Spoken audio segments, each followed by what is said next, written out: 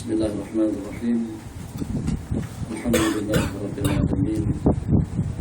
Wassalatu wassalamu ala asyrafil anbiya'i wal mursalin wa ala alihi wa sahbihi ajma'in.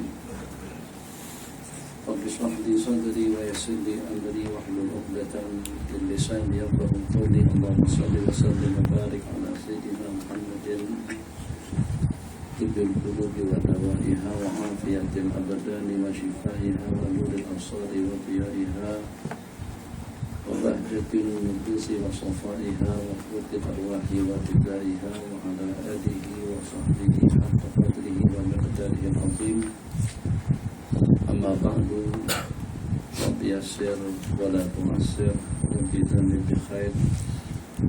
Ucapan selamat datang ke pengajian hadis Ulfah dan Mahabbah.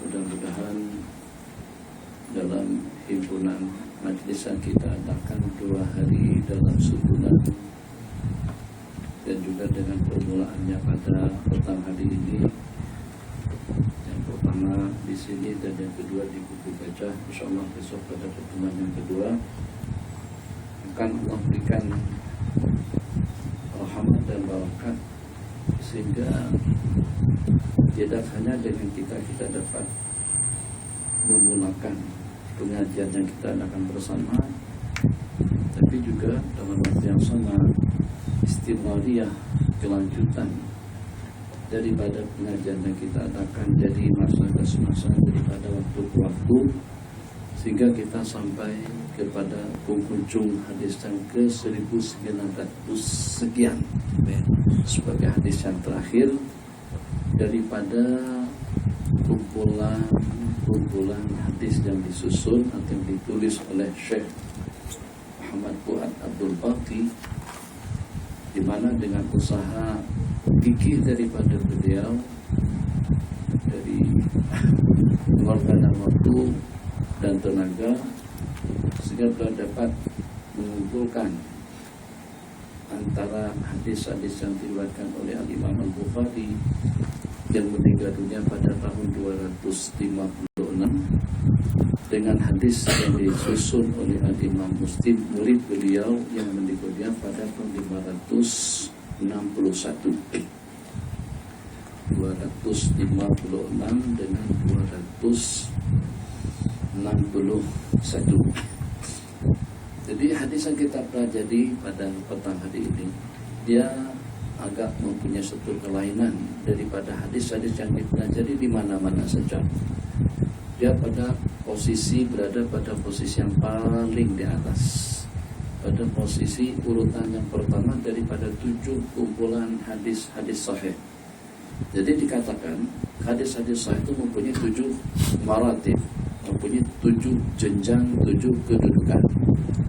As-sahih sihah, yang paling sahih daripada yang sahih, itu adalah hadis yang disepakati, yang telah diriwayatkan oleh 2 orang imam besar antara guru dengan murid. Yang pertama dengan Al-Imam Al-Bukhari yang meninggal pada tahun 256, dan yang kedua hadis yang diriwayatkan oleh Imam Muslim yang meninggal pada tahun 261. Mattafaqa alaihi Al-Bukhari wa Muslim. Jadi masing-masing antara 2 orang tokoh tadi itu telah meriwayatkan hadis tersebut di dalam kitab mereka masing-masing.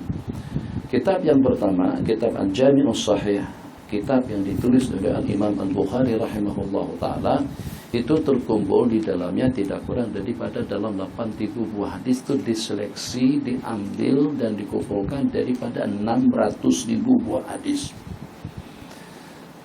Mendengar kata-kata 600 buah hadis, mendengar kata-kata pengakuan daripada beliau, aku menghafal lebih daripada 600.000 buah hadis sahih, itu dapat membuktikan bahwasanya hadis-hadis yang ada dengan kita sekarang ini, yang kalau ditotalkan, yang kalau dijumlahkan, kesemuanya tidak berjumlah, tidak sampai dalam 100 ribuan.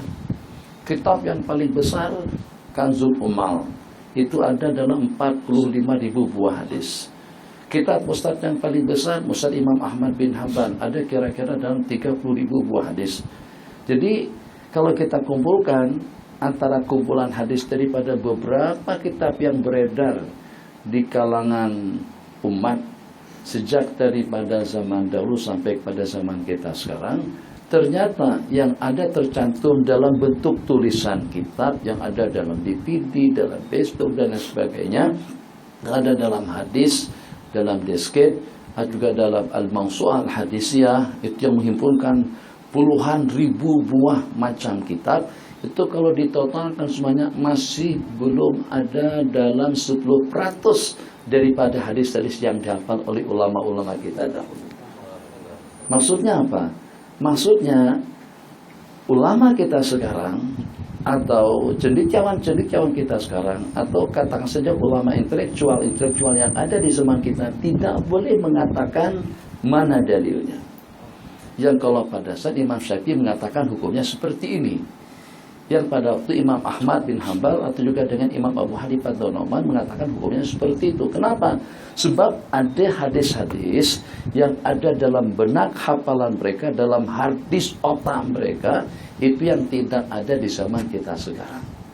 Maka hukumnya ada haram. Maka dengan ulama-ulama modern atau juga dengan ulama-ulama kontemporer di zaman kita sekarang, nak carikan dalilnya daripada Al-Quran tidak ditemukan, nak carikan dalilnya daripada hadis. Bagaimana mungkin dengan mereka boleh menemukan hadisnya, sedangkan hadis yang ada di dalam kitab-kitab yang dicetak sekarang ini tidak memuat semuanya, tidak melengkapi hadis-hadis yang ada dalam hafalan mereka. Sebab yang sampai kepada kita itu ternyata ada kira-kira dalam 1/10-nya saja. Untuk seumpama Imam Bukhari saja 600.000 buah hadis. Yang ada beredar kira-kira dalam 100.000. Itu pun kalau kita banyak-banyakkan. Apalagi kalau dengan hafalan daripada Imam Ahmad bin Hanbal 1 juta hadis. Jadi tak boleh kita katakan di mana dalilnya. Mereka temukan dalilnya, kita tidak tahu, kita cari-cari. Maka kita katakan, oh ini tidak ada dalil, inilah as-salah. Enggak, sahabat dulu. Awak jangan katakan itu tidak ada landasannya atau tidak ada dalilnya. Kenapa? Sebab dalil yang ada di zaman kamu itu ternyata tidak memuat, tidak mencatat hadis-hadis yang ada dalam ingatan dan juga dalam hafalan mereka. Oke, kita kembali kepada jenjang yang 7 tadi itu. Ulama mengatakan ashahus sihah, hadis yang paling sahih itu adalah hadis yang disepakati periwayatannya oleh Imam Bukhari dengan Imam Muslim. Sedikit dengan Al-Imam Al-Bukhari rahimahullah ta'ala yang meninggal dunia di Khartank. Dan di antara daripada ulama yang pertama yang diriwayatkan pada masa dikuburkan itu keciuman bau wangi semerbak minyak harum atau wangi-wangian yang harum itu ternyata berkelanjutan dalam beberapa hari. Jadi Imam Bukhari meninggal dunia saat ketika diminta oleh sultan yang berkuasa, oleh raja atau juga oleh Sultan Bukhara pada saat ketika itu untuk datang meriwayatkan kitab beliau itu di rumahnya atau juga di istananya. Imam Bukhari menolak. Ya Allah ya Arhamar Rahimin, kalau akan menjadi fitnah kepada agamaku, kalau akan menjadi fitnah kepada masa depanku, faqbidni ilaika ghaira maftun, maka wafatkanlah aku dengan tidak terfitnah. Imam Bukhari diantara daripada ulama yang sangat-sangat disiplin sekali dengan ilmu. Hadis-hadis yang ditulis di dalam kitab Sahih Bukhari, tidak ada satu buah hadis pun yang ditulis, yang dimuat di dalam kitab Al-Jami'us Sahih, melainkan setelah sembahyang 2 rakaat, melainkan setelah berwudu dan sembahyang 2 rakaat, baru hadis itu diletakkan. Tulis satu persatu. Kalau ada dalam 8.000 buah hadis, kira-kira dalam berapa kali jumlah bilangan sembahyang yang beliau laksanakan? Tidak kurang daripada dalam 16.000 rakaat. Yang pada tiap 2 rakaat beliau mengambil air wudu terlebih dahulu. Topik dan tajuk tentang tajuk-tajuk yang ada di dalam kitab Al-Jami'us Sahih itu wada'ahu baina mimbarihi wa qabrihi, antara mimbar dengan kubah baginda Rasulullah sallallahu alaihi wasallam. Itu atas tujuan untuk apa saja? Untuk mendapatkan keberkatan. Agar dengan kitab tadi itu memang betul-betul akan menjadi pedoman dan akan jadi acuan akan membimbing dan memberikan pencerahan kepada umat, kepada generasi masa akan datang. Habis waktuku, habis tenagaku, habis duitku, habis hartaku, keliling dunia dan kesana kemari, itu tidak ada masalah. Yang penting bagaimana dengan kita dapat mempelajari dan juga dapat memanfaatkan hadis-hadis yang telah dikumpulkan oleh beliau. Perjuangan dan pengorbanan yang seperti ini habis sampai bankrupt. Ada yang kejual rumah, ada yang sampai kejual papan rumah, ada yang sampai kejual ceiling rumah, atau juga dengan atapnya. Sampai ada di antara daripada mereka setelah mendapatkan warisan daripada orang tua tidak kurang daripada sekian juta RM. Kalau dengan hitungan juta, tidak kurang daripada dalam 1 juta dirham, RM-nya 30 juta. Tapi setelah beberapa waktu kemudian, untuk membelikan makanan rumput buat tunggangan saja tak ada duit, sampai berutang-utang lagi membelinya. Kemana duit? Habis untuk mencatat, untuk menulis, untuk pergi. Kan kita sekarang ya yang walaupun petrol naik, tapi naiknya petrol kita boleh sampai dengan cepat. Dahulu dadak. Yang ini kelajuannya seperti apa, kecepatannya seperti apa. Satu. Kemudian yang kedua, beban. Ini dengan badan kita tergerak-gerak seperti itu. Jarak yang ditempuh, ada di antara daripada mereka yang menempuh jarak pada tiap hari itu tidak kurang daripada dalam 60 ke 70 km jalan kaki. Untuk apa saja? Untuk bertalaki, belajar, untuk memastikan aku juga inginkan, aku juga harus memperoleh dan juga mendapatkan hadis yang diriwayatkan oleh kiai siapa, oleh syekh siapa. Padahal hadisnya hadis yang sama. Yang peliknya, daripada 5-6 guru, hadis yang diriwayatkan hadis yang sama, tapi daripada jalur yang berbeda-beda. Itu banyak di dalam kitab-kitab yang bersanad. Jadi pertanyaan yang ditanyakan, ya Allah, tak cukupkah dengan satu buah riwayat sehingga sampai putar keliling ke sana dan kemari untuk mengumpulkan hadis-hadis yang sama, tapi daripada guru-guru yang berbeda? Ya Allah, ya Arhamar Rahimin, masing-masing guru ada kelebihannya, ada kemuliaannya, ada keistimewaannya. Yang siapa tahu melalui guru yang ini nih, ilmu pengetahuanku akan lebih berberkah. Yang siapa tahu dengan peranan guru ini ternyata lebih berkesan di dalam ingatan umat dan masyarakat. Yang siapa tahu dengan perantaraan yang ini ternyata itu yang memberikan manfaat yang besar kepada generasi yang akan datang. Jadi satu, untuk tidak memilih dan memilah dan juga untuk tidak membuat suasana atau ketidaknyamanan dalam dunia ilmu, maka dengan mereka atas inisiatif atau juga atas sikap keamanahan, kejujuran daripada mereka, tidak mau kalau hanya menyebutkan salah satu daripada riwayatnya. Disebutkan ke semua riwayat. Haddatsana, saya telah mendapatkan riwayat hadis ini daripada Ustaz Sanusi misalnya, dan juga yang kedua daripada Ustaz Hazri, yang ketiga daripada Datu siapa, yang keempat daripada Syekh siapa, yang kelima daripada siapa. Itu menunjukkan atas kesetiaan murid dengan guru. Sehingga nama guru tadi itu jadi terabadikan, tersenarai dalam rantaian atau tersenarai dalam kumpulan nama-nama rawi yang diriwayatkan hadis itu. Jadi tujuan yang pertama, sebagaimana saya katakan tadi, sebagai tanda setia murid dengan guru-gurunya. Yang kedua, kita tidak mengetahui keberkatan ilmu, keberkatan amal, keberkatan hidup. Itu nanti asbab-usababnya itu daripada guru yang mana atau daripada riwayat yang mana. Kemudian yang ketiga, untuk menghubungkan kita-kita dengan ulama. Kalau seandainya saya hubungkan kita-kita ini dengan satu rawi saja, ya paling dengan kita ada jalur terhubung dengan satu orang saja. Dalam dunia bisnis, semakin banyak jaringan kita, semakin banyak keuntungan kita. Sekarang dalam dunia nafahat, dalam dunia barakat, dalam dunia rahmat pun juga seperti itu. Yang pada itu dengan seorang guru, Syekh Yasin, hubungkan kita dengan 1000 orang ulama. Beliau berguru dengan 1000 orang ulama. Berarti keberkatan, kemuliaan, kelebihan, dan juga kehusuan, keikhlasan, tadallul, inkisar, kelebihan yang ada pada mereka tadi itu terhubung kita dengan perantaraan seorang guru yang bernama Syekh Muhammad Yasir Al-Fadani rahimahullah ta'ala. Cukup setakat mukadimah. Jadi urutan yang pertama, rentetan yang pertama, as-sahih sihah, hadis yang diriwayatkan oleh Al-Imam Al-Bukhari wa Muslim. Kemudian yang kedua urutan yang kedua, hadis yang diriwayatkan oleh Al-Imam Bukhari sahaja. Urutan yang ketiga, hadis yang diriwayatkan oleh Imam Muslim sahaja. 3. Urutan yang keempat, hadis yang diriwayatkan atas persyaratan Imam Bukhari dan Muslim, tapi mereka tidak riwayatkan. Terserah siapa yang meriwayatkan, Imam Hakim kah, Imam Baihaqi kah, Imam Ad-Darimi kah, Imam Ad-Daraqutni kah, Imam Asy-Syaibani, Imam Ahmad bin Hambal, tapi mengikuti kriteria persyaratan Imam Bukhari Muslim. Sebab mereka mempunyai persyaratan ketat. Jadi tidak seperti yang dikhayalkan, tidak seperti yang diduga. Seenak-enaknya saja mengatakan sahih, hasan, dhaif. Nah, dia ada kriterianya, ada syarat-syaratnya. Jadi mungkin di lain kesempatan, bukan waktunya untuk kita senaraikan persyaratan yang disyaratkan oleh Al-Imam Al-Bukhari. Syarat yang 5, misal diantara jadi pada perbedaan antara Imam Bukhari dengan Imam Muslim.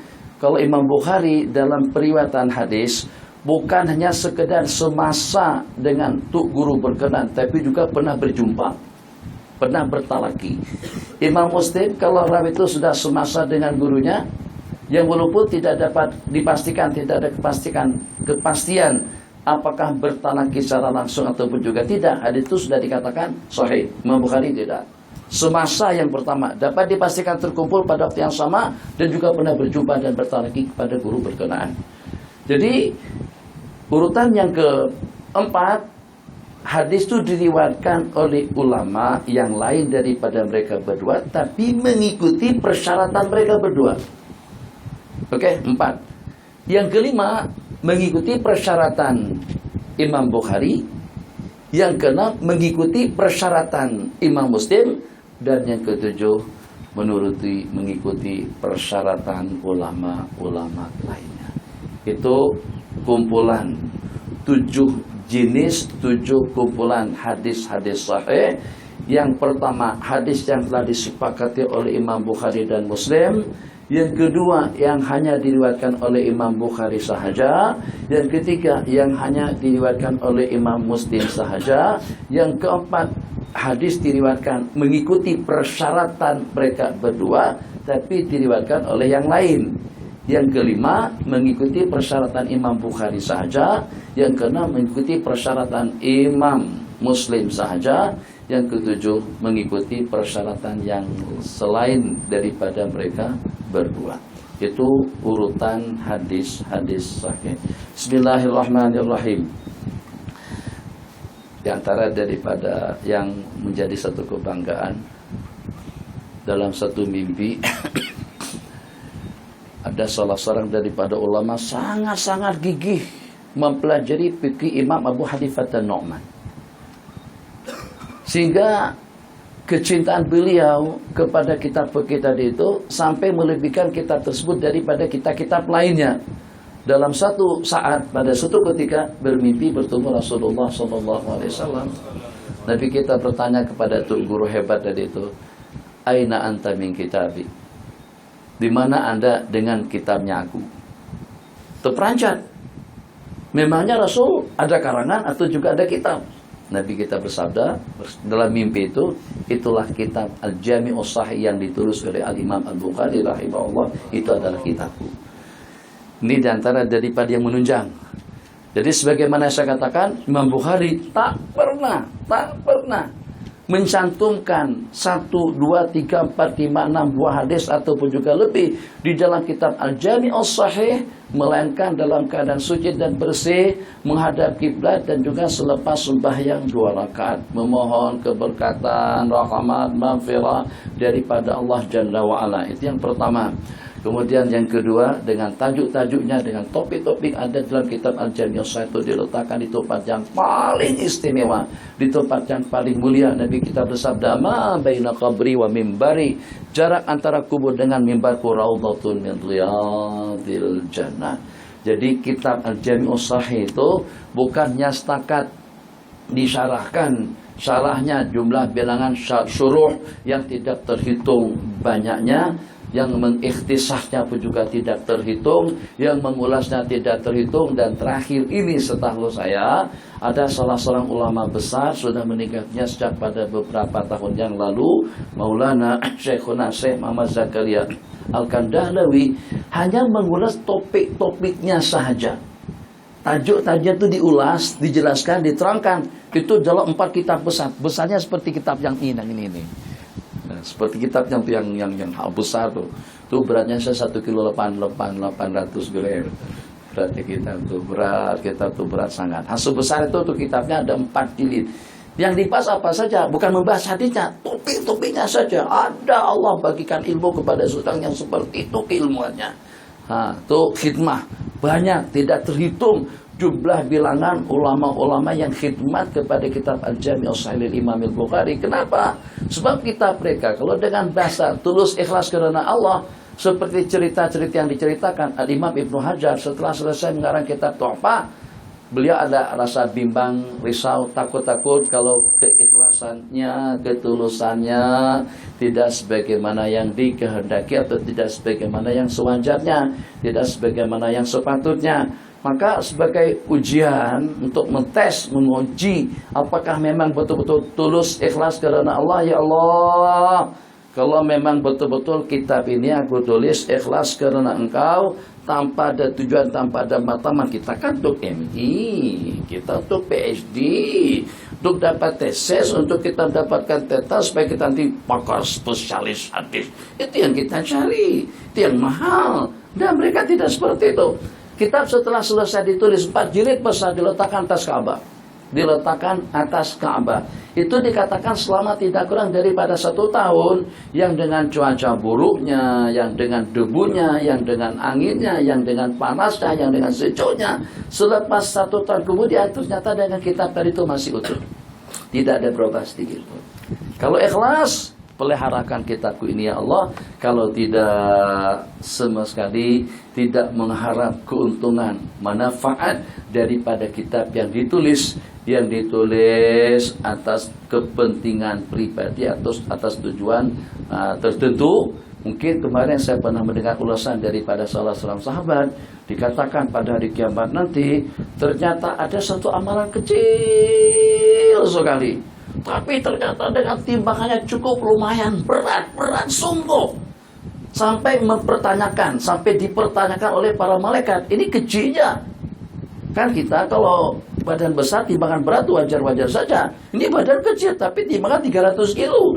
Mesti kita pelik. Ya abang makan apa bang? Cuman abang sepatutnya seperti abang tuh paling dalam 60 kiloan. Tapi ternyata abang berat 450 kilo. Jadi Allah berfirman, tiap amalan yang tulus ikhlas karena aku, sekecil apapun, itu akan menjadi berat timbangannya di sisi Allah Jalla wa'ala. Al-Imam Al-Bukhari yang pertama, Al-Imam Muslim yang kedua. Jadi yang bagaimanapun, yang walaupun Imam Muslim dikatakan Imam Hafiz, Alim, Allama, Kabir dan sebagainya, tapi bila terutang budi dengan Al-Imam Al-Bukhari, sampai ulama katakan innama huwa hasanatun min hasanatil Imam Al-Bukhari. Imam Muslim dengan keagungan, kemuliaan, kehebatan, kealiman, al-itqan, al-hafiz dan sebagainya, itu tidak lebih daripada satu kebaikan daripada kebaikannya guru beliau Al-Imam Al-Bukhari rahimahullahu ta'ala. Keenam orang imam pengarang kutubus sittah, Imam Bukhari, Imam Muslim, Abi Daud, At-Tirmidzi, Imam An-Nasai dengan Imam Ibnu Majah. Keenam-enamnya adalah murid kepada Imam Ahmad bin Hanbal rahimahullahu ta'ala. Bismillahirrahmanirrahim. Pengajian kita 1 jam saja. InsyaAllah tiap kali kita adakan perjumpaan paling lama pun 1 jam sesuku. Dalam 15 menit kita sisi soal jawab. Kalau ada pertanyaan-pertanyaan yang tidak ditanyakan, baik berkenaan dengan tajuk atau berkenaan dengan perkara-perkara lainnya, maka karena mengingat keterbatasan waktu, kita ingin pengajian yang dalam suasana panas seperti ini fokus kepada pengajian saja. Muslimin dan muslimat tidak ada terkecuali, tidak disibukkan dengan urusan dunia, urusan politik, komunikasi dengan dunia luar, atau juga ya melihat berita-berita masuk dalam WhatsApp, masuk dalam Facebook, dan yang seumpamanya itu tidak ada dalam pengajian kita. Kita ingin luangkan waktu yang setulus-tulusnya hanya untuk pengajian kitab hadis, kitab yang dengan salah satunya semacam yang dimimpikan tadi itu, seperti yang tadi dikatakan, di mana Anda dengan kitab-kitabku, kata baginda Nabi, apakah kitabmu ya Rasulullah? Itu kitab yang ditulis oleh Muhammad bin Ismail bin Badisbah ibn Mughirah al-Bukhari rahimahullahu ta'ala. Beliau diantara daripada ulama sejak pada kecil bermimpi dan dimimpikan. Di antara daripada mimpi-mimpi yang dimimpikan oleh murid beliau Al-Imam Yusuf Al-Firabri, di mana baginda Nabi meletakkan kaki beliau pada waktu melangkah. Di situ Imam Bukhari membuncing dan meletakkan kedua telapak kaki beliau daripada belakang. Saya tengok Nabi kita berjalan, tak, tak, tak, tak. Di mana Nabi kita letak kaki, di situ juga saya tengok Imam Bukhari meletakkan kaki beliau. Apa maksudnya? Jadi kata ulama takwil mimpi Imam Bukhari itu adalah beliau yang akan berupaya untuk mengikuti jejak langkah baginda Nabi melalui sunnah-sunnah dan juga melalui hadis-hadis yang beliau riwayatkan. Aku tuh nampak Imam Bukhari duduk di samping Rasulullah Sallallahu Alaihi Wasallam dengan kipas angin mengipasi baginda Nabi seperti itu untuk memberikan suasana dan keadaan yang nyaman kepada baginda. Jadi pada waktu ditanyakan kepada ditakbir apa maksud takbir mimpi yang dimimpikan oleh Imam Bukhari tersebut, oleh tuan guru tersebut, itu maksudnya bahwasanya Al-Imam Al-Bukhari akan Allah berikan karunia, keupayaan dan kemampuan untuk mempelter, untuk menapis, untuk membersihkan hadis-hadis Rasulullah Sallallahu Alaihi Wasallam daripada debu-debu pemalsuan, daripada hadis-hadis maudhu, daripada cerita rekayasa hadis yang tidak benar, akan memfilter dan membersihkan hadis-hadis Rasulullah SAW daripada segala hal-hal yang lekat yang sehingga membuat umat jadi bingung. Ini kedudukan hadisnya seperti apa? Itu takwil daripada mengipasi Sayyiduna Rasulullah SAW. Bismillahirrahmanirrahim. Tadi saya tengok di situ ada mukadimah, yang kita ini tak ada mukadimahnya. Penterjemah dia tak penting, terjemah mukadimah yang penting masuk pada hadisnya untuk menghemat waktu. Bab kalau diterjemahkan pun jadi panjang, jadi langsung diterjemahkan. Hadis yang pertama berkenaan dengan ancaman bagi orang yang mendustakan, merekayasa, meriwayatkan hadis palsu. Hadis riwayat daripada Sayyiduna Ali karramallahu wajhah. Qala Nabi sallallahu alaihi wasallam, la takdzibu alayya. Janganlah sekali-kali kau berbohong ke atas aku. Maksudnya jangan sekali-kali dengan Anda merekayasa hadis. Fa innahu man kadzaba alayya falyalijin nar. Riwayat man kadzaba alayya muta'ammidan. Sesungguhnya orang yang berdusta ke atas aku dipersilakan untuk masuk neraka. Nabi kita tafadhal, nak masuk neraka, masuk ke situ. Kenapa? Sebab yang pertama, yang namanya berdusta itu adalah salah satu daripada kesalahan. Bahkan dia merupakan salah satu daripada dosa besar. Itu yang pertama. Kemudian yang kedua, selain daripada dosa besar, sekarang hubung kait rekayasa yang diucapkan, perkataan yang dinisbahkan atau dengan hadis yang diriwayatkan, itu ternisbahkan kepada Sayyiduna Rasulullah Sallallahu Alaihi Wasallam, alladzi la yantiqu 'anil hawa in huwa illa wahyu yuha. Insan yang tidak pernah bercakap-cakap daripada hawa nafsu, melainkan dengan bimbingan wahyu daripada Allah Jalla wa'ala. Wa ma yantiqu 'anil hawa in huwa illa wahyu yuha. Jadi saat ketika dengan kita mengamati dan juga meyakini hadis-hadis Rasulullah SAW itu adalah sebagai salah satu daripada sumber hukum yang 10, salah satu daripada 2 peninggalan baginda yang Nabi kita sabdakan, lan tadillu in tamassaktum bihima taraktu bikum ma in tamassaktum lan tadillu abada. Aku telah meninggalkan kepada kalian dua perkara yang kalau pada itu kamu berpegang teguh, kamu tidak akan sesat selama-lamanya. Yang pertama Al-Quran, yang kedua keluarga, riwayat yang kedua adalah hadis-hadis Rasulullah Sallallahu Alaihi Wasallam. Jadi posisi dan kedudukan daripada hadis berarti penyelamat. Penyelamat umat, najat daripada api neraka, najat daripada halak, keselamatan daripada neraka, keselamatan daripada bencana, keselamatan daripada halak, daripada hal-hal yang membinasakan, penyelamat umat dan membawa umat ke dalam ridha dan rahmat ya Allah Jalla wa'ala. Maka pada saat hadis yang direkayasa oleh seseorang, yang dipalsukan oleh seseorang, dia buat hadis daripada rekaan dia sendiri, dan dia katakan qala Rasulullah, mana kita menyamakan hadis palsu tadi itu dengan apa yang Nabi kita sabdakan. Jadi seolah-olahnya dengan kita mengupayakan untuk mengangkat martabat ucapan tadi itu sehingga setara dengan hadis yang Nabi kita riwayatkan. Nah, dengan demikian maka dengan isi kandungan yang diriwayatkan, ada dalam berapa ribu, juta, triliun, ramai umat yang akan tersesatkan gara-gara dengan periwayatan hadis palsu tadi itu. Nah, wajar kalau sampai orang ramai bahasa sananya dibodohin, kalau sampai orang ditipu, kalau sampai dengan kita merusak pemikirannya, akidahnya, ideologinya, pendiriannya, prinsipnya, kena dengan hadis yang tidak betul. Sebab kita akan ikuti panduan hadis. Misalnya, misal saja, rekan saja, dalam pengajian tidak boleh ada kipas dibuka misalnya, tak boleh buka kipas dalam pengajian misalnya. Akhirnya kita kepanasan lah, kipas tak boleh dibuka. Qala Rasulullah SAW, jangan sampai ada satu gangguan yang mengganggu kalian seperti kipas, seperti lampu, seperti ekor dalam pengajian hadis misalnya. Rawahul Bukhari wa Muslim. Tapi tidak macam itu. Bunyi ini bicara secara sederhana saja. Akhirnya dengan kita di pengajian kita kepanasan semuanya. Tak ada satu orang pun yang sudah dibuka lampu, tak ada seorang pun yang sudah dibuka kipas. Kenapa? Karena ada riwayat macam itu. Kenapa? Ini hadis. Jadi pada saat ucapan omongan yang semacam itu, perkara palsu, perkara dusta diriwayatkan dan dinisbahkan kepada baginda Nabi, diangkat martabat dan kedudukannya seperti hadis, maka akan memperangkap, akan menjebak, akan mengelirukan orang-orang yang tidak mengetahuinya.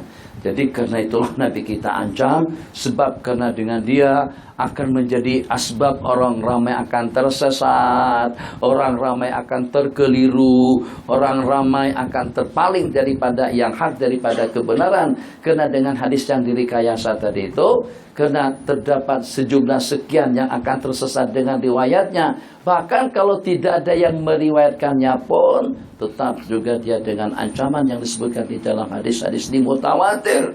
Satu-satunya hadis mutawatir pada urutan yang paling di atas diriwayatkan oleh sejumlah tidak kurang daripada 150 orang sahabat. Hadis wa man kadzaba alayya muta'ammidan falyatabawwa maq'adahu minan nar. Barang siapa berdusta ke atas aku meriwayatkan hadis palsu, Nabi kita bersabda, falyatabawwa, silakan untuk menempati tempat duduk kamu di dalam neraka jahanam, wal iyadu billah. Hadis yang di sini, man kadzaba alayya, barang siapa berdusta ke atas aku, falyadkhil nar, dipersilakanlah untuk dia masuk neraka.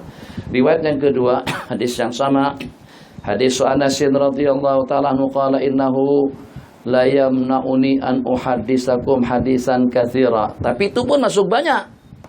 Sesungguhnya menghalang dan mencegah aku untuk meriwayatkan hadis sebanyak-banyaknya kepada kalian, dibandingkan riwayat Sayyidina Anas bin Malik dengan riwayat Sayyidina Abdullah ibn Umar, dengan riwayat Sayyidina Abu Hurairah. Riwayat Abu Hurairah lebih banyak dalam urutannya sesuai dengan jumlah bilangan riwayat yang mereka riwayatkan. Al-muksiruna fi riwayatil khabar Abu Hurairah yalihi Ibni Umar. Abu Hurairah perutan yang paling atas, paling banyak. Muda, masuk Islam hanya dalam 5 tahunan saja, tapi ternyata karena sebati, kemana Nabi kita pergi, di mana Nabi kita berada, di situ beliau. Beliau tidak pikirkan tentang hidup macam mana, makan di mana, makan macam mana, makan dengan siapa, makan di mana, makan tak makan, itu tak dipikirkan langsung sama beliau. sampai pernah pitam berkali-kali. 8 dah urusan. Yang penting aku agar bagaimana aku mampu untuk mewar-war atau juga untuk merekam dengan daya ingatan yang Allah berikan kepada beliau dengan satu keberkatan yang tidak ada duanya. Beliau pernah mengadu, ya Rasulullah, keluhan daripada Sayyidina Abu Hurairah banyak, hadis-hadis yang begitu diriwayatkan. Tapi ternyata seperti kita lah, masuk sini keluar lagi, kadang-kadang belum sempat masuk udah keluar. Tekan kita paham, nanti lepas ngajar hilang, tak paham lagi. Anda dah paham dah sebab itu, paham betul dah. Tapi apa anda pun tak tahu tajuknya apa sih, cakap tentang apa itu. Ini belum sempat masuk lagi dah mentok, dah tersekat. Jadi keluhan daripada beliau banyak yang kau dengar daripada baginda, tapi terlepas daripada ingatan kau. Nabi kita bersabda nanti, pada masa aku meriwayatkan hadis, Anda buka selendangmu dan dihamparkan. Abu Hurairah pun hamparkan selendang beliau, buka selendang macam tu. Nanti selepas aku meriwayatkan hadis, rangkumkan selendangmu tu ke dadamu. Anda akan ingat segala sesuatu yang kau hafal, akan terbelutut langsung dalam ingatan. Dari sejak kejadian tadi itu, dari sejak beliau menghamparkan selendang, beliau rangkumkan ke dada beliau, kata beliau, tidak pernah lagi aku terlupa dengan semua hadis-hadis yang Nabi kita riwayatkan. Abu Hurairah, yang pertama Abu Hurairah, keduanya Sayyidina Abdullah bin Umar, putra kepada Sayyidina Umar ibn Khattab radhiyallahu ta'ala anhu. Yang ketiganya wa Anasun wal bahru kal khudri. Yang ketiga Sayyidina Anas. Yang keempat Sayyidina Al-Bahar Aba Sa'id Al-Khudri. Yang keempat Sayyidina Abdullah bin Abbas Al-Khudri. Yang kelimanya Sayyidina Abu Sa'id Al-Khudri. Keenam dan ketujuh wa Jabirun wa zaujatin Nabi, Sayyidina Jabir yang keenam dan Sayyidatuna Aisyah yang ketujuh. Saya ulang kembali, 7 para rawi hadis yang terbanyak dalam meriwayatkan hadis-hadis Rasulullah sallallahu alaihi wasallam, yang bertumpus-tumpus waktu dihabiskan hanya untuk riwayat. Waktu terhabiskan hanya untuk bersama baginda Rasulullah sallallahu alaihi wasallam, secara khusus dengan Sayyidina Abu Hurairah radhiyallahu taala anhu, yang walaupun diantara daripada orang yang terlambat masuk Islam, setelah kira-kira 5 tahun lebih Nabi kita di Madinah, baru Sayyidina Abu Hurairah masuk Islam. Cerita beliau masuk Islam dengan mak beliau itu panjang ceritanya, yang secara pasti hitungan waktu yang relatif singkat tadi itu, ternyata beliau berada pada urutan yang paling di atas, yang terbanyak dalam meriwayatkan hadis-hadis Rasulullah sallallahu alaihi wasallam. Yang kedua Sayyidina Abdullah ibni Umar. Sayyidina Abdullah Umar ini sejak daripada di Mekah, bujangan, hidup pun juga banyak duduk di masjid bersama ahli sunnah. Setelah beliau kemudian baru Sayyidina Anas bin Malik.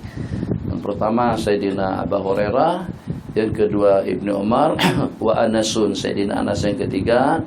Kemudian yang keempat Sayyidina Abdullah ibnu Abbas. Yang kelima Sayyidina Abu Sa'id Al-Khudri.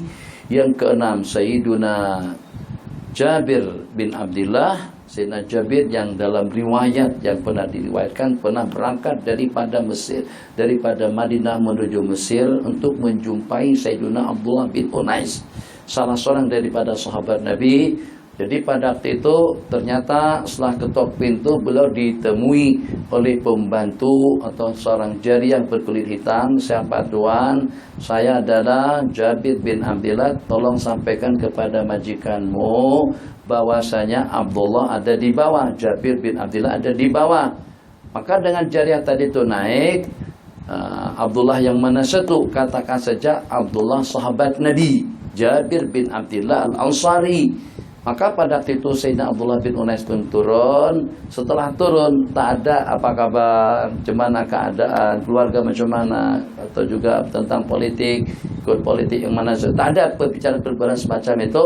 Satu tujuan saja, aku datang kemari ingin memastikan satu buah hadis yang diriwayatkan oleh baginda kepada kita, yang seingat saya ada di antara daripada orang yang hadir pada periwayatan itu. Saya khawatir kalau seandainya awak meninggal dunia sebelum aku memastikannya. 1 bulan bang jarak yang ditempuh daripada Madinah ke Mesir. balik sebulan hanya untuk memastikan, bukan karena tidak tahu, tidak tahu dah, hanya untuk memastikan tentang nas daripada hadis yang diriwayatkan. Beliau pada urutan yang ke-6 dan yang ke-7-nya SMS nanti belakang, dan yang ke-7-nya itu adalah Sayyidatuna Aisyah radhiyallahu taala anha, istri baginda Rasulullah sallallahu alaihi wasallam, yang Nabi kita pesankan kepada kita, khudu nisfa dinikum min hadil humaira, ambillah separuh agama kalian daripada istri beliau Sayyidatuna Aisyah radhiyallahu taala anha. Jadi pernyataan pengakuan daripada para sahabat Nabi, kalau sudah mentok, apa mentok bahasa sini? Mentok juga, atau paham kalau saya sebut mentok? Mentok itu kalau pada waktu kita jalan mati, jalan buntu, itu mentok. Maksudnya sudah tak ada yang boleh jawab. Tanya si Aswata tahu, tanya si Nita tahu, tanya sana juga tak tahu, itu juga tak ada masukan, tak ada informasinya, tak ada beritanya, itu mentok bahasa di sana. Nah, kalau sudah mentok begitu, maka tempat tumpuan mereka, rujukan mereka, referensi untuk memastikan kedudukan hukum hakamkah, tentang kasidahkah, tentang bahasakah, tentang ilmu apa saja, itu kepada Sayyidatuna Aisyah radhiyallahu taala wajadna inda ilma. Kalau orang ramai sudah tidak dapat merungkaikan, sudah tidak dapat memberikan informasi, keterangan dan penjelasan dan pencerahan kepada masalah, kepada sesuatu, maka kami akan temukan jawabannya dengan Sayyidatuna Aisyah radhiyallahu taala anha. Karena terlampau sering, saking seringnya, bahasa paham, saking, karena terlampau seringnya Nabi kita sebut Aisyah, Aisyah, Aisyah, sehingga sampai ada salah seorang Bedawi cakap sama sahabatnya, kalau baginda Nabi meninggal, saya akan kawini Sayyidah Aisyah itu nanti. Saya lamar dia tuh jadi istri aku. Karena Nabi kita sanjung betul. Sampai kepada tahap Nabi kita ditanya, siapa orang yang paling Nabi kita cintai? Nabi kita bersabda, Aisyah. Di kalangan kaum laki-laki, orang tuanya. Nanti dengan Aisyah, tidak pada wahyu turun saat ketika aku berselimut dengan seorang perempuan, melainkan pada waktu aku sedang berbaring dengan istri saya Aisyah binti Siddiqah, Abu Bakar Siddiq radhiyallahu taala anhuma. Jadi banyak pesan-pesan bagi daya. Siapa yang tidak mengagumi dan juga siapa yang tidak tergugah hati dan perasaannya, tidak kurang daripada dalam 16 ayat Allah turunkan di dalam Al-Quran untuk membersihkan lembaran Sayyidatuna Aisyah daripada hadisul efek, daripada fitnah, juga daripada tuduhan kadzab, daripada tuduhan palsu, tuduhan melakukan hubungan di luar nikah dengan Sayyidina Safwan radhiyallahu taala anhu. Qala bismillahirrahmanirrahim. Sayyidina Anas bin Malik, pernah saya ceritakan kepada kawan-kawan, tak apalah, kita sabar saja. Kalau tahbir pun nanti habis juga, nanti kita sambung dalam kubur. Daripada kita laju-laju begitu ngaji nanti ngantuk. Jadi kita campur-campur lah.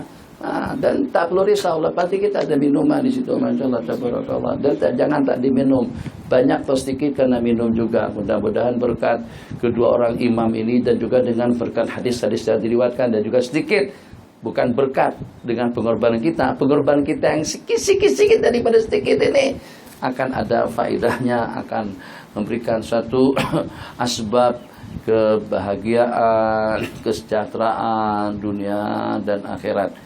Jadi suatu hal yang memang mengagumkan di saat dengan kita mampu untuk menahan keinginan nafsu, di saat dengan kita mampu untuk menyekat keinginan dan tuntutan daripada keperluan hidup demi untuk agama.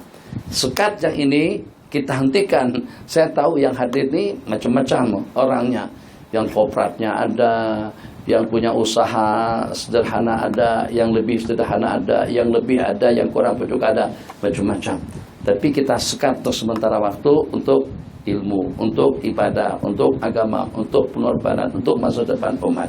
Ini besar nilainya di sisi Allah Jalla wa'ala. Jadi diantara daripada yang berupaya atau juga yang melangkah dengan target, dengan tujuan yang saya sebutkan tadi, itu adalah Sayyidatuna Ummu Sulaim radhiyallahu taala anha. Atas berbagai pertimbangan. Pertimbangan yang pertama diantaranya karena masing-masing daripada para sahabat Nabi di kalangan kaum Ansar satu persatu sudah memberikan yang termampu untuk mereka berikan kepada baginda dan juga untuk agama dan dakwah. Jadi pada saat ketika itu dengan Ummu Sulaim, apa yang nak dikatakan, apa daya bukan tak nak apa tapi istilahnya apa daya tangan tak sampai, nak bagi duit mana duitnya, nak bagi harta mana hartanya, nak bagi jabatan mana jabatannya. Walhasil kemampuan yang tidak menunjang tapi keinginan hati itu tetap ada. Sehingga pada saat ketika itu beliau membuat satu keputusan nekat untuk menghadiahkan, menghibahkan, untuk menyerahkan putra kesayangan beliau yang bernama Anas bin Malik kepada baginda Rasulullah SAW di saat yang dengan beliau sendiri Malik sudah tidak ada. Jadi keberadaan daripada Sayyidina Anas pada masa usia 10 tahun itu sangat-sangat diperlukan sekali. Tak kisah kalau untuk keperluanku tak masalah, kalau dengan kesibukanku tidak terpenuhi dan juga tidak terlaksana, yang penting aku ada saham, yang penting aku ada andil untuk agama.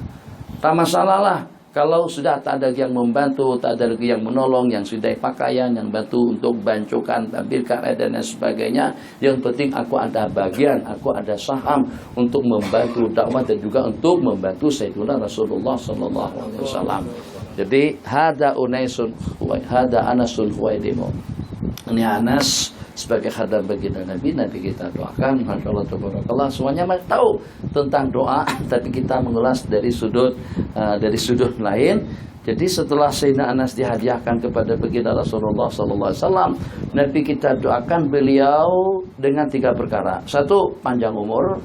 Yang kedua, murah rezeki. Yang ketiga, banyak anak. Dan yang keempat, masuk surga. Allahumma atil umrahu, panjangkan umurnya. Yang kedua, banyakkan hartanya. Yang ketiga, banyakkan anaknya. Banyak anak, harta kurang, problem. Salah, pening kepala kita. Ya itu nak duit, yang ini nak duit, ini belanja, duit tak ada. Masalah itu diantara daripada musibah dunia dan akhirat. Anak ramai, duit tak ada. Jadi Nabi kita doakan dengan rangkaian doa yang sangat-sangat ideal sekali, panjangkan umur. Panjang umur itu pangkal kita akan punya uang banyak dan juga anak banyak. Apalah artinya duit banyak, harta banyak, anak banyak kalau tidak masuk surga. Wa adkhilul jannah yang keempat. Idealnya doa 4 bagian tadi itu. Yang pertama panjang umur. Orang yang panjang umur berarti punya kesempatan yang banyak. Kesempatan untuk dapat duit, kesempatan untuk ibadah, kesempatan untuk buat kebajikan, kesempatan untuk melaksanakan yang positif, mengongsikan yang baik, melenyapkan yang negatif. Itu kesempatannya dengan umur yang panjang. 1, untuk dapat duit yang banyak pun juga bergantung kepada umur. Untuk punya anak zuriat yang ramai pun juga bergantung dengan umur. Kalau umur 40 tahun saja sudah mampu dah. Kira-kira dulu berapa mana kita? Habis lah. Cuma anda bersambung. Takkan ada mukjizat selepas para nabi-nabi dan rasul. Ada sih anaknya setelah beliau meninggal ada lagi. Itu satu aja dalam cerita. Yang disebut dengan Ibnul Mayyit itu 1 orang saja. Anak orang mati. Ceritanya memang agak pelik. Ceritanya selepas Pak Haji tadi itu meninggal dunia. Ini ulama. Bukan biasa. Ulama besar. Lepas meninggal dunia. Ya biasalah lepas meninggal ditutuplah daripada kepala sampai ke bawah. Tapi diperhatikan oleh orang-orang yang mentalkin, yang membacakan la ilaha illallah tadi itu, ya itu masih tegang lagi. Itu masih naik lagi. Jadi gimana? Sebab nih kalau terbiar begini, kalau seandainya darah kan pada waktu menikah itu sejuk kan. Itu kalau sudah membeku nanti itu susah untuk dikemek-kemek atau dilipat-lipat atau seperti apalah dengan bahasanya. Makanya selepas mati itu tangan dilonggarkan begitu kan. Saya teorinya saja belum pernah lagi melayan orang mati tangan digoyang-goyang seperti itu, kaki dan lain sebagainya supaya mudah nanti pada waktu mandikan. Jadi kalau terbiar begini misalnya pada waktu meninggal itu nanti akan jadi tegang.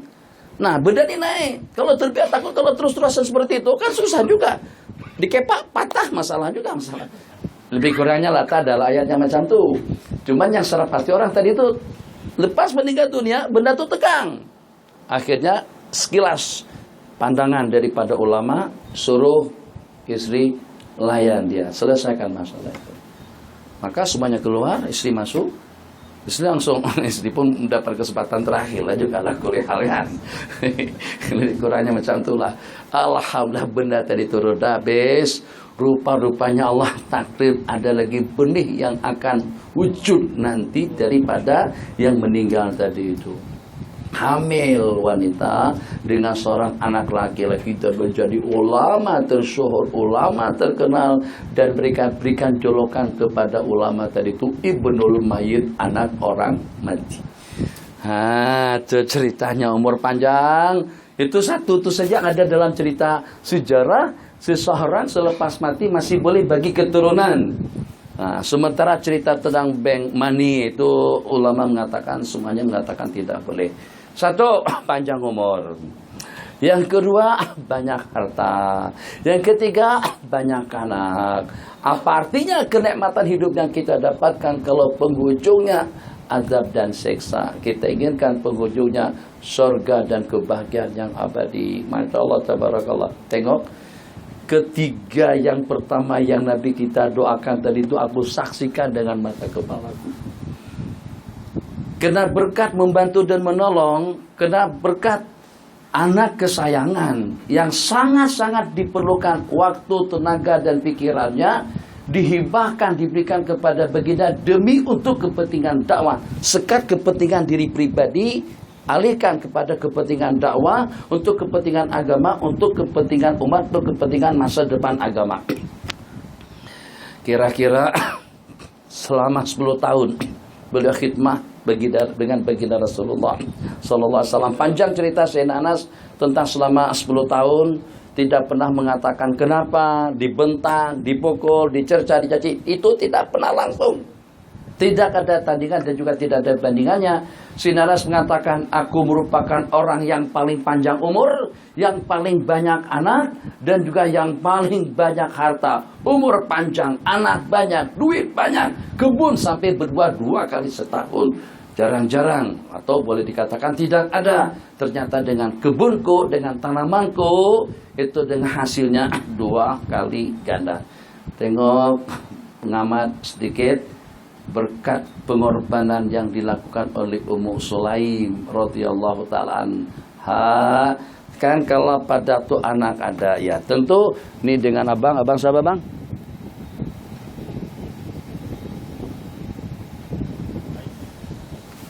Hah? Aini? Aidil. Ayah mana ayah? Ayah kerja.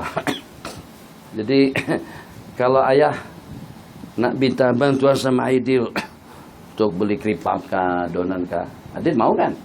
Nah, kata ayah awak jaga kedai, mau? Ya mau, pada duit. Ya, nah, seperti itulah. Jadi ini anak aku boleh akan menjadi hasil dalam keperluan hidup.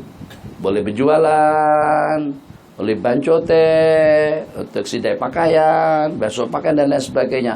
Allah gantikan pengorbanan yang beliau lakukan tadi itu, yang sepenuhnya tersekat kehidupan, sudah tidak ada yang membantu dari sudut keuangan, sudah tidak ada yang membantu daripada sudut tenaga dan keperluan. Allah hantarkan anak cucu cicit daripada Sayyidina Anas bin Malik. Jumlah bilangan yang meninggal dunia pada waktu beliau hidup saja itu tidak kurang daripada dalam 100 orang. 100 orang yang saya kuburkan dengan kedua belah tangan aku sendiri. Maknanya Ummu Sulaim dapat berapa? Seandainya misalkan saja tidak mendapatkan keberkatan doa daripada Nabi, paling dilayani oleh Sayyidina Anas 1 orang saja. Ini yang melayan ratusan.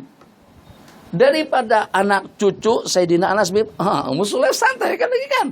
Daripada 100 anak, maksudnya daripada 100 cucu, tambah cucu cicit lagi.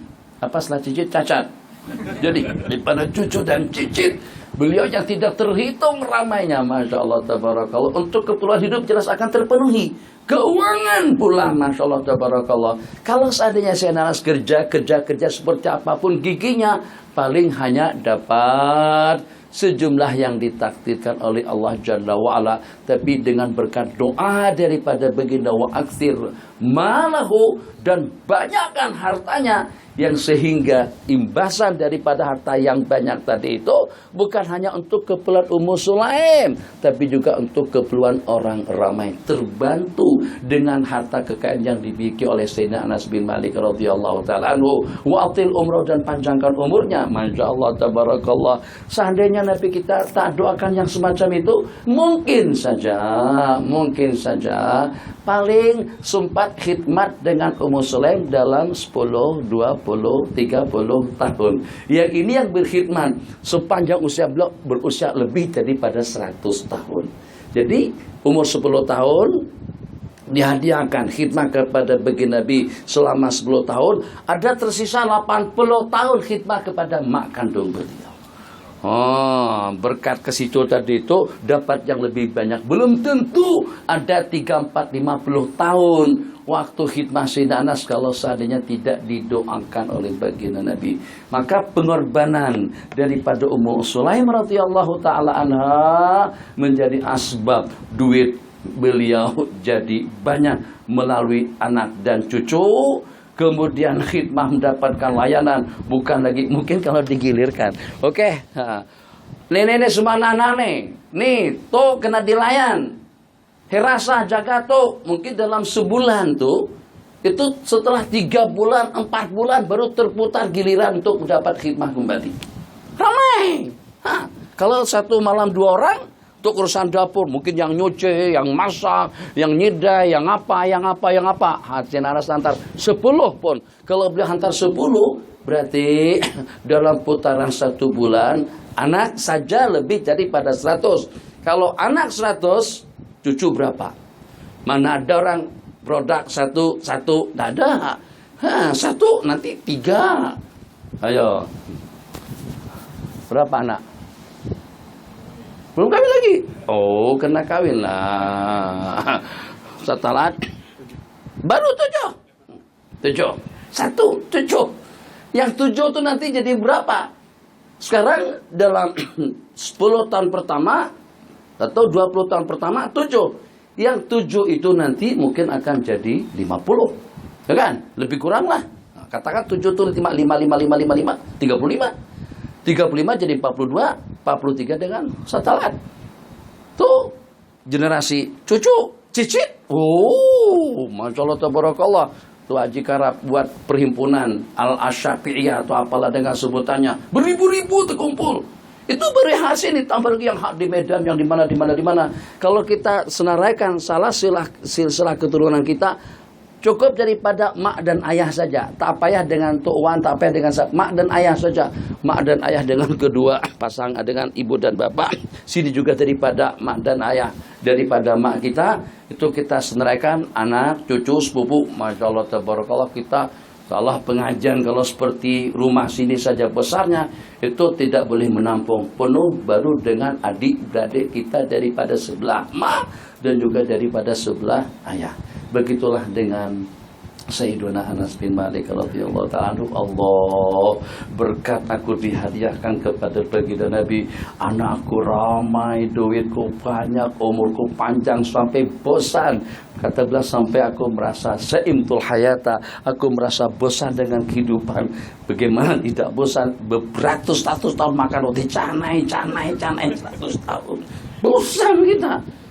Roti masih lemak melulu 100 tahun dah. Tak ada puas-puasnya kan makan nasi lemak. Tak ada puas-puasnya kan makan roti canai. Tak apalah kalau 2, 3, 4 hari. Tapi kalau berminggu-minggu, bukan berminggu-minggu, berpuluh-puluh tahun, bosan kata beliau. Itu kena panjangnya umur yang Allah bagikan kepada Sayyidina Anas bin Malik.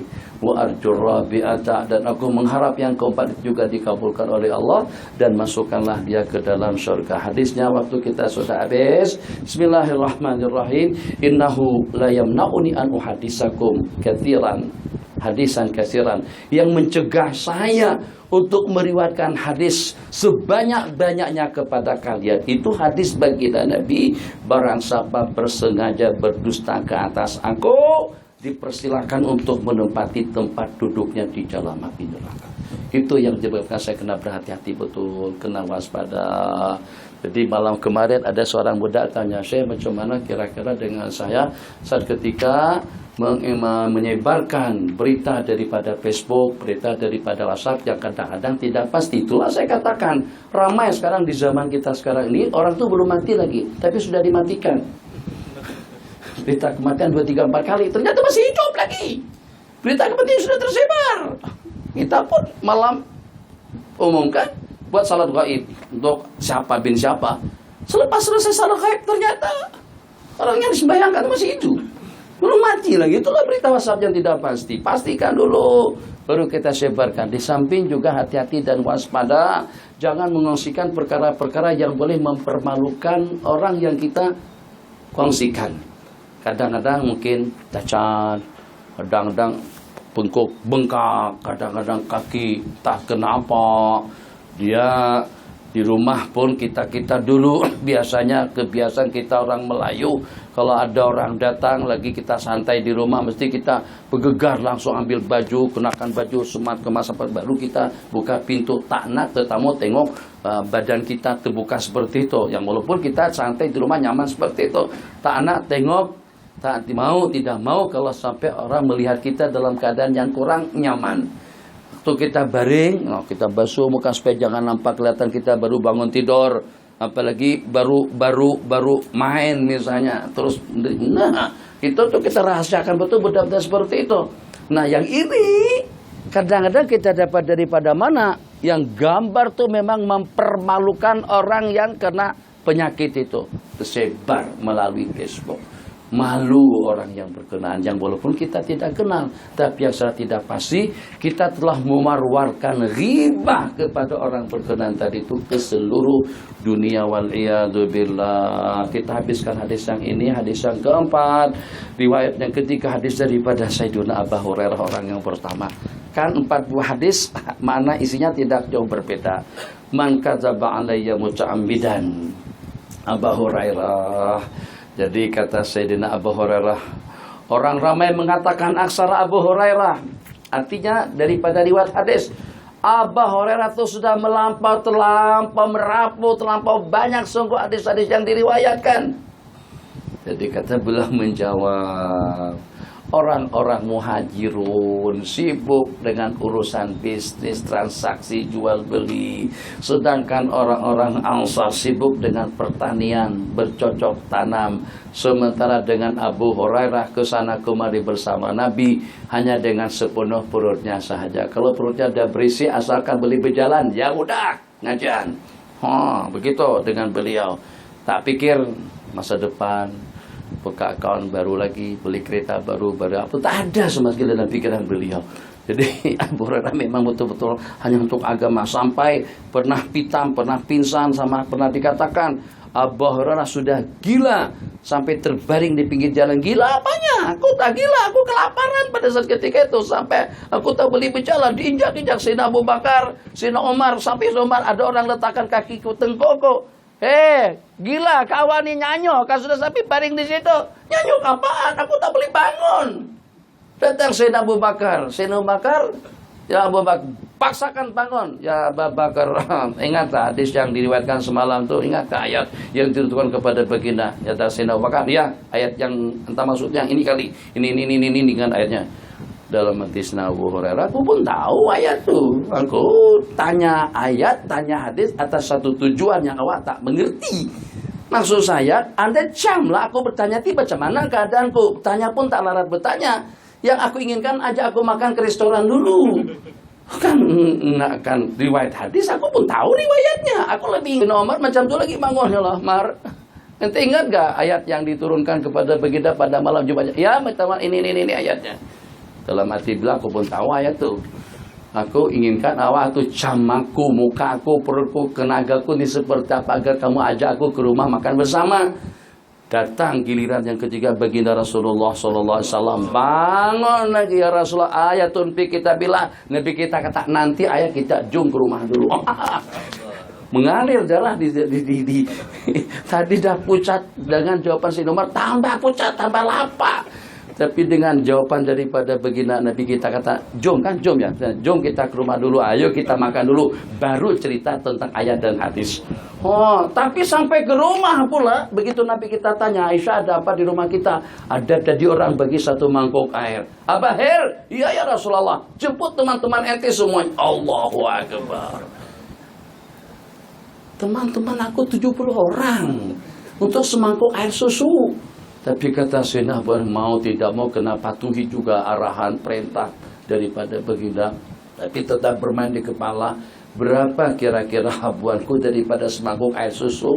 Kalau nantinya aku setelah sampai kemari, Nabi kita suruh aku layan mereka. Dan rupa-rupanya firasatan itu betul. Hei kawan-kawan, jamuan, jemputan, jemput. Semuanya datang, sebab semuanya lapar seperti Abu Hurairah juga. Itu kumpulan orang-orang miskin. Nah, mudah-mudahan saya kemarin agak tergamam mendengar ulasan daripada Habib Ali. Dan saya kata Habib Ali, agarlah dengan kita juga mampu untuk menyematkan dalam kehidupan kita mahabbah, kasih sayang, ulfah kepada orang-orang miskin. Sebab mereka yang mempunyai pemerintahan hebat nanti pada hari kiamat. Agar dengan kita dibantu oleh salah satu daripada mereka yang pernah kita bantu, sampai-sampai Nabi kita mengisytiharkan di khalayak orang ramai, kalau nak berjumpa aku, kalau nak bertemu aku, temuilah aku bersama kumpulan orang-orang miskin. Jadi jangan cari bersama Sayyidina Utsman, jangan jumpa, Assalamualaikum Utsman, Rasul di sana, tapi tanya begitu. Kalau nak jumpa aku, tanya di mana Ibnu Mas'ud. Tanya di mana Ammar bin Yasir, tanya di mana Sayyidina Bilal bin Rabah, tanya di mana Sayyidina Ibnu Ummi Maktum. Akan di sana baginda bergabung dengan mereka. Sampai Nabi kita pesankan kepada Sayyidatuna Aisyah agar ada jasa baikmu kepada orang-orang miskin, sebab mereka akan jadi orang-orang yang hebat nanti. Nabi kita bersabda, kita ini mungkin termasuk kumpulan yang paling lapar nanti pada hari kiamat. Nabi kita bersabda, atwalukum ju'an, orang yang paling panjang laparnya pada hari kiamat, orang yang paling kenyang di dunia, yang paling dahaga, orang yang paling puas di dunia. Begitu dalam bahasa hadis. Kembali jadi kepada dengan Sayyidina Abu Hurairah. Begitu dijemput teman-teman beliau semuanya pada datang, jemputan istimewa ke rumah Nabi lagi, siapa yang tanah berkat, semuanya berangkat. Pada masa Bali, jangan-jangan nanti setelah sampai ke rumah, Nabi kita kata layan mereka terlebih dahulu ya Abah Her. Sebab kamu kan ketua mereka, ketua kena Sayyidul Qaumi Khadimum, yang jadi penghulu kaum mesti jadi pelayan kepada mereka. Memang betul. Tapi kita kata ya Abah Her, layan mereka terlebih dahulu. Bagi mangkok kepada yang pertama. Yang pertama, bismillah, minum ya Allah. Ini kan tadi habuanku sebenarnya. Asbab Nabi kita jamu tadi itu, kena aku yang terpampar di pinggir jalan. Tahu-taunya ini teman-temanku yang dapat dan aku yang melayan. Terakhir sekali ya Rahman. Minum puas. Yang kedua, ketiga, ke-60, 68, 69, 70. Jadi Nabi kita bersabda, man baqiya ya Abahir, siapa lagi yang tersisa? Qala ma baqiya ila ana wa anta, yang tersisa aku dengan baginda saja. Baginda pun belum minum. Kita kadang-kadang sebelum tetamu datang kita sikat awal dulu. Paham sikat awal? Maksudnya kita makan duluan. Nah, saya pada waktu kita lihat tetamu, kalau Habib pun tak kisah karena kita udah makan dari sebelumnya. Nah, Nabi kita tak makan juga, kecuali aku dengan kau. Oke, Nabi kita sa, isyrab ya Abahir. Minum abara sepuas banyak. Guk, minum. Serap, minum lagi. Sepuas banyak, minum lagi. Maaf ya Rasulullah, udah tak ada lorong dalam perut. Semua urat biurat tuh penuh dengan air susu. Kalau ditoreh susu yang keluar bukan lagi darah, karena terlampau banyak air susu yang masuk ke dalam perutku. Maka selepas itu baru Nabi kita ambil mangkok tadi itu, Nabi kita ucapkan Bismillahirrahmanirrahim. Terakhir yang ke-71 baru Nabi kita meminumnya. Betapa hormatnya. Jadi mudah-mudahan anak tunjukkanlah kepada dua haji di sini, dengan Haji Karab, dengan Haji Zul. Jadi nanti kalau pada waktu kita adakan kenduri, apakah orang-orang yang di bawah sederhana ini kita berikan layanan yang paling tidak sama dengan yang lain. Kalau perlu agak lebih istimewa. Ini mengingatkan pesan baginda kepada kita yang pertama. Saya pun berazam seperti itu juga. Jadi pernah mendengar ceramah. Padahal pernah tahu dah tuh Nabi kita selalu. Tapi tak terpikirkan kadang-kadang benda itu bukan benda baru. Benar tuh, benar kita pernah baca, tapi mengait-ngaitkan agar ya Arhamar Rahimin, baginda ceria, terbuka, betul-betul bercanda, bergurau dengan Zahir. Zahir, waktu tinggal 5 menit. Ya Zahir, Zahir tuh bukan makhluk, sahabat Nabi kita yang paling hudu, berkulit hitam, hudu lagi. Tak ada memiliki sembarang kemuliaan dan kelebihan di kalangan para sahabat. Tapi Nabi kita suka, Nabi kita sayang. Sampai-sampai kalau pada Tusina Zahir datang, Nabi kita sambut. Nabi kita bersabda, Zahir badiyatuna wa nahnu hadiruhu. Zahir ini adalah orang kampung kita dan kita orang kotanya dia. Jadi dengan Sayyidina Zahir, pernah pada suatu ketika Nabi kita tak pernah bercanda semacam bercanda bergurau dengan seumpama Sayyidina Utsman kau, Sayyidina Abu Bakar kanda, dengan Sayyidina Zaid yang miskin tadi itu. Nabi kita peluk Sayyidina Zaid daripada belakang. Nabi kita bersabda, "Mayyashtari hadal abad, mayyashtari minni hadal abdu, mayyashtari minni hadal abda, mayyashtari minni hadal abdu abda." Siapa yang berkenan untuk membeli hamba saya ini? Wah, ini siapa orang yang peluk ketat aku daripada belakang dan nak jual aku lagi. Jadi beliau gerak mungkin, Rasulullah. Jadi kata Sayyidina Zaid, setelah saya tahu Rasulullah yang peluk-peluk aku pun tak kisah. Alhamdulillah belakang kau ada di belakang, ada di dada Rasul, aku pun tak peduli. Jadi kata Sayyidina Zaid, ya Rasulullah, idzan tajiduni kasida. Kalau aku ditawarkan nak dinelong, tak bakalan ada orang yang nak beli aku, sebab aku diuduh. Nabi kita bersabda, Zahir, innaka ghalin, kamu tuh mahal sekali di sisi Allah Subhanahu wa taala. Itu dengan siapa? Di antara dari orang termiskin, Nabi kita sangat-sangat terbuka, sangat-sangat menyukai mereka, sangat-sangat terbuka dengan mereka, sangat-sangat memberikan tumpuan dan layanan. Bahkan kita sampai diperintahkanlah untuk bersama mereka dalam majlis atau di Masjid Nabawi bersama kumpulan yang mana satu di depan, sampingnya pindah kumpulan yang paling di belakang. Wasbir nafsaka ma'al ladzina yad'una rabbahum bil ghadati wal 'ashyi. Sabarkan dan tabahkan dan wujudkan diri Anda bersama kumpulan yang mengingat Allah di waktu pagi dan petang. Siapakah gerangan mereka itu? Orang-orang yang tidak disibukkan dengan urusan dunia. Jadi kumpulan-kumpulan tarikat kah misalnya, subuh, pagi, petang mereka dengan zikir, dengan tasbih, tahmid dan takbir. Mungkin itu dengan santri, mungkin itu dengan belajar. Yang paling kita tidak mau itu sudahnya miskin, kacau bilau lagi orangnya. Sudahnya miskin di dunia, na'udzubillah kalau jadi miskin di akhirat. Miskin tapi termasuk daripada ahlillahi wa khassatuhu. Itu patut dan layak untuk kita senantiasa selalu bersama mereka atau memberikan satu penghormatan dan penghargaan khusus. Kenapa? Kena pesan baginda Nabi kepada kita-kita semuanya. Hadza wabillahi taufik. Besok hari kita tajuk yang berbeda. Hadis yang berikutnya, maaf, Anil Mughirah ibni Syu'bah, sahabat Nabi kita yang pernah menjadi gubernur di zaman Khulafaur Rasyidin, Al-Mughirah ibnu Syu'bah, dan yang pernah menikahi sejumlah tidak kurang daripada dalam 80 orang perempuan. Sayyidina Mughirah bin Syu'bah qala sami'tu an-nabiy sallallahu alaihi wasallam yaqul inna kadziban alayya. Sesungguhnya berdusta ke atas aku itu tidak seperti kita berdusta ke atas salah seorang daripada kita. Kan kadang-kadang kita tak cakap apapun. Masuk dalam Facebook katanya Syenur kata begini. Nanti dengar di mana? Nah, dah Jizul cakap semalam tu. Tadi anda tak temu pun tanda bila anda cakap macam tu. Itu biasa. Kadang-kadang kru kita, kadang-kadang nama kita dijual. Orang pun juga tahu kadang-kadang nama ada nilainya. Kalau kita kata jemputan Ustaz Nur, orang tak datang. Sebut Haji Karab yang jemput. Wah, Haji Karab, iya, datang rumah. Datang orang. Kenapa asin sebutan Haji Karab tadi itu? Asin juga sebutan Haji Fujul. Ustaz Zul, Melaka. Kalau cakap tentang derma, cakap sekejap je. Dapat duit banyak. Jemaahnya tak ramai mana. Semalam tuh, anak pun tak surah Bang Hanif. Memang kita kekurangan duit. Pembangunan belum selesai lagi, itu tahu. Tapi jangan juga minta derma tuh pada waktu ada duduk di samping. Kalau pada waktu tak ada, tak apalah, minta aja situ. Nanti bagi duitnya aja untuk keperluan pembangunan di sana. Dia cakap, Ustaz Zul cakap, Assalamualaikum warahmatullahi wabarakatuh. Tak panjang mana cakap tentang bantu lama lah, bantu tu guru bangun pondok apa segala macam. Wah, ini kayaknya anak yang masuk ini, saya yang masuk ini mungkin ini. Jadi saya pun tak boleh mengelak, tak boleh lari kemana-mana. Tapi diadakan kutipan secara spontan, secara sekilas dapat 11.000. Yang sebelumnya dapat 37.000 sekali jam. Bukan kopral, orang biasa-biasa saja. Tapi bahasa dia tuh asli sangat. Kalau dia cakap yang lain pelawak macam tuh tak dapat banyak, kan dapat 1.000, 2.000. Ini beliau di Pelawan juga, jamaahnya lebih banyak lagi daripada jamaah saya itu.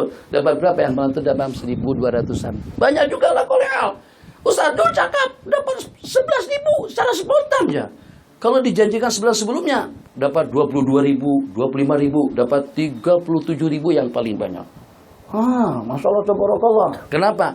Karena ada makom. Kita ini makamnya di bawah. Makam kita ini, dudukan kita ini di bawah lagi. Jadi kita kadang-kadang jual nama orang. Assalamualaikum. Ada pesan daripada Ustaz Zul. Kata Zul, nanti pada minggu ini kita akan adakan kutipan kilat. Saya jual nama dia. Banyak derma sumbangan yang masuk.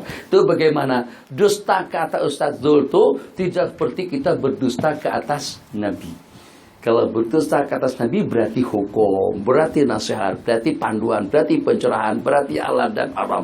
Jadi karena itu Nabi kita ancam orang yang berdusta ke atas beliau. Nabi kita bersabda, yang berdusta ke atas aku dipersilahkan untuk menempati tempat duduknya di dalam neraka. Hadza wabillahi taufik. Kita berjalan dan berlangsung dalam 1 jam sesungguh. So insyaallah niat dululah. Dengan azamnya pudar. Kalau tak habis pun kita habiskan juga nanti. Katanya ada orang habiskan pengajian kita dalam kubur. Itu yang memang punya himmah, punya semangat berapi-api sehingga kena tak habis tidak akhirnya dihabiskan dalam kubur. Kita sambung besok salah di Kubur Gajah. Kubur Gajah cari sendirilah, saya juga tak boleh tunjukkan jalannya. Pokoknya ada jalan shortcut yang paling dekat dengan sini. Dalam 10 menit aja dia sampai. Di mana? Tanyalah pakai GPS kah, pakai apa. Tapi hati-hati, GPS itu kadang-kadang nipu juga. Akhirnya sesat begitu beruntung. Rabbana atina fid dunya hasanah fil akhirati hasanah wa qina adzabannar. Amin. Walhamdulillahi rabbil alamin. Wal afu minkum. Tak letih kan 1 jam syukur? Tak letih. Boleh aja. Yang kita bersatu kalau boleh tinggal sini gaji, tak boleh kan? Kita kena berbalian. Kita buat balik, tak boleh numpang sini, tak boleh. Kami dulu ngaji kalau kita besar-besar tu kami tinggal tempat tu guru je. Nanti datang mengajar, ambil kitab tu bukan lagi. Tinggal tempat Haji Karat, besok tempat Haji Zul pula kena ambil kitab, susah lagi. Tinggal di sini, besok ada pengajar lagi. Jadi ideanya kena bawa kitab lah kalau macam tu. Yang kecil ringan sedikit, yang besar besar.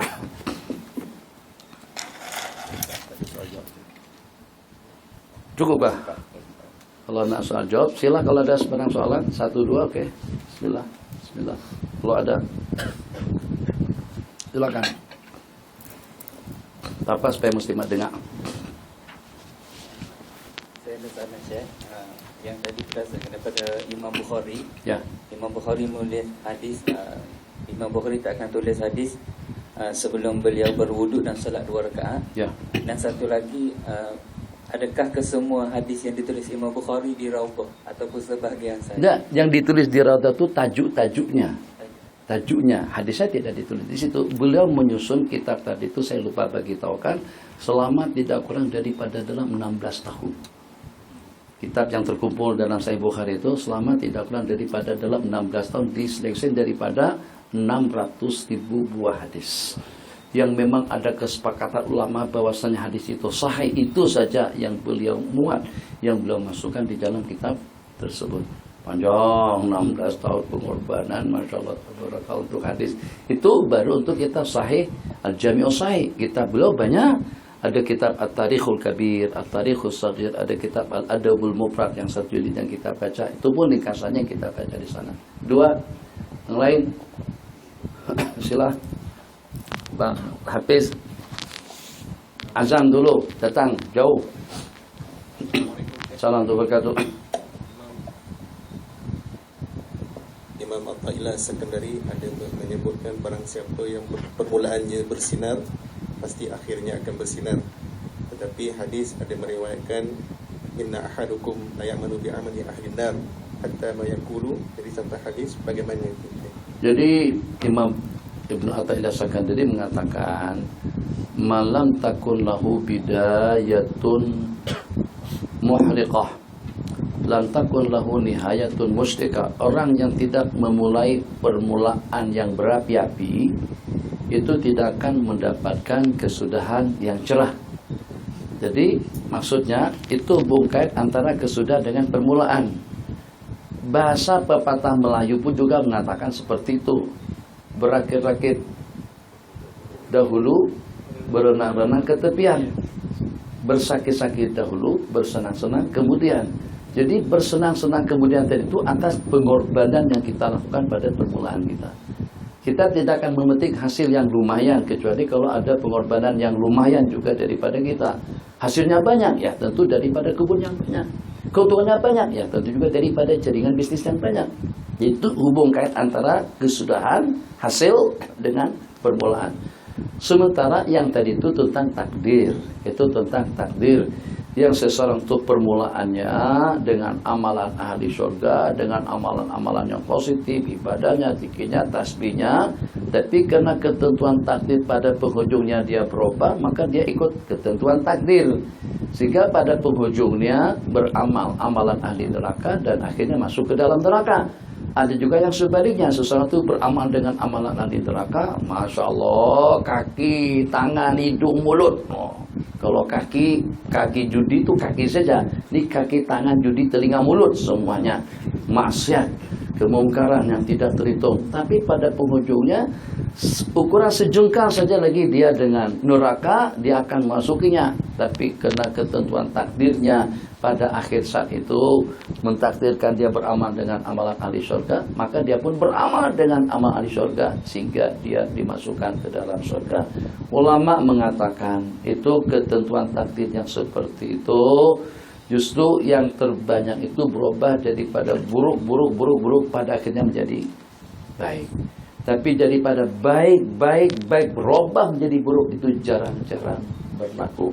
Tapi agar kita tidak terpedaya, agar dengan kita tidak lupa daratan, agar kita tidak rasa ujub, angkuh, sombong dan ria dengan kebaikan-kebaikan yang kita lakukan, juga karena kita merasa hebat, merasa banyak ibadah, banyak ilmu, banyak kebajikan, akhirnya kita berpandangan sinis kepada orang lain. Itu yang tidak bagus. Yang siapa tahu orang yang kita pandang sinis tadi itu ternyata berubah pada akhir hidup. Justru dia yang jadi penyelamat kita. Wal iyadu billah kalau berlaku yang sebaliknya. 3 terakhir. Ada tadi dibuka pelang untuk salam, silakan si yang lain Haji sila. Salam wabarakatuh. Ilmu hadis. Kalau kita belajar ini adalah yang hadis sahih. Ya. Kalau hadis dhaif ataupun hasan, adakah boleh kita mengatakan qala Rasulullah? Dia sahih, hasan, dhaif atau juga dengan sebutan-sebutan yang seumpamanya maqtu', mudalla, musnad, muttasil, munqati', mu'dhal, syad dan lain sebagainya, itu karena kita memantau kepada silsilah rawi-rawi yang meriwayatkan. Sementara hakikat yang sebenarnya itu tidak dapat dipastikan. Yang mungkin saja hadis itu dhaif dari sudut sanad, tapi sahih dari sudut nasnya hadis. Kenapa? Sebab kenapa yang meriwayatkan itu orang-orang yang lemah akan menyebabkan hadisnya pun juga dikatakan jadi lemah. Padahal nas hadis tidak mesti seperti itu. Begitu juga sebaliknya. Kadang-kadang mungkin saja di situ dhaif, tapi karena rawi-rawi yang meriwayatkan di kalangan orang-orang yang thiqah, maka hadis itu akan dikatakan sahih. Nah, jadi untuk kepastian itu memang tidak dapat dipastikan. Secara qat'i itu tidak dapat kita katakan, secara qat'iyat juga secara putus, secara pasti. Tapi kebiasaannya memang seperti itu. Kalau ulama hadis mengatakan sahih, berarti matan dengan syaratnya pun juga seperti itu. Maka karena demikian, tidak ada larangan dengan kita meriwayatkan hadis hasan dengan sebutan qala atau sami'tu. Hanya kalau kita pastikan kedudukan hadis itu dhaif, maka kita gunakan dengan bahasa qila wa ruwiya dan diriwayatkan. Jadi dengan bentuk lemah. Jadi periwayatan itu ada seperti syak, seperti kebimbangan dikatakan. Maksudnya siapa yang mengatakan itu masih tidak pasti. Diriwayatkan. Kalau dengan yang tadi, qala Rasulullah. Dengan sepenuh mulut kita katakan telah bersabda Rasulullah. Kalau hadis taib kadang-kadang dijelaskan, diriwayatkan dalam sebuah hadis taib. Supaya tidak memperangkap pendengar yang tidak dapat memilih dan memilah antara yang sahih dengan yang subhadithnya. Wallahu a'lam. Tadi sudah baca doa dah. Tinggal baca doa makan saja. Allahumma barik lana bima razaqtana wa qina adzabannar. Bismillah barakatina walhamdulillah. Alhamdulillah kita dah selesai pengajian kita yang pertama dan besok kita ke rumah Tuan Haji Karam. Siapa-siapa yang belum lagi masukkan nama dalam grup kita, sila bagi nama pada saya ataupun pada Hafiz supaya kita boleh masukkan dalam grup, supaya kita boleh bagi information begini lah. So untuk program bulan depan nanti kita baru dalam grup. Dan kita belum ada tarikh yang pasti dah, insyaAllah. Dan seterusnya siapa-siapa yang belum dapat kitab tu nanti kita beritahu dalam grup lah berapa kitab yang kita perlukan. Dan insyaAllah saya rasa dengan kapasiti yang kita ada ni kita masih boleh menampung lagi, sebab dalam tu sebenarnya saya sediakan untuk muslimin boleh masuk ke dalam lagi sebenarnya, muslimat boleh duduk ke atas, tapi hari ni nampak agak selesa lah, boleh kan, panas-panas sikit-sikit tu kita belajar sikit lah kot, insyaAllah ada kesusahan sikit di situ. Minta maaf, minta ampun di atas ada segala kekurangan yang ada pada yang kita sediakan ni. Dan kita ada sediakan sikit jamuan, minum dan sedikit kuih-muih ala kadar, insyaAllah. Dan sebelah kanan tu yang muslimin sebelah depan, insyaAllah. Dan sebelah belakang tu untuk muslimat. Assalamualaikum warahmatullahi wabarakatuh. Makannya mana sini? Makan kat mana-mana boleh.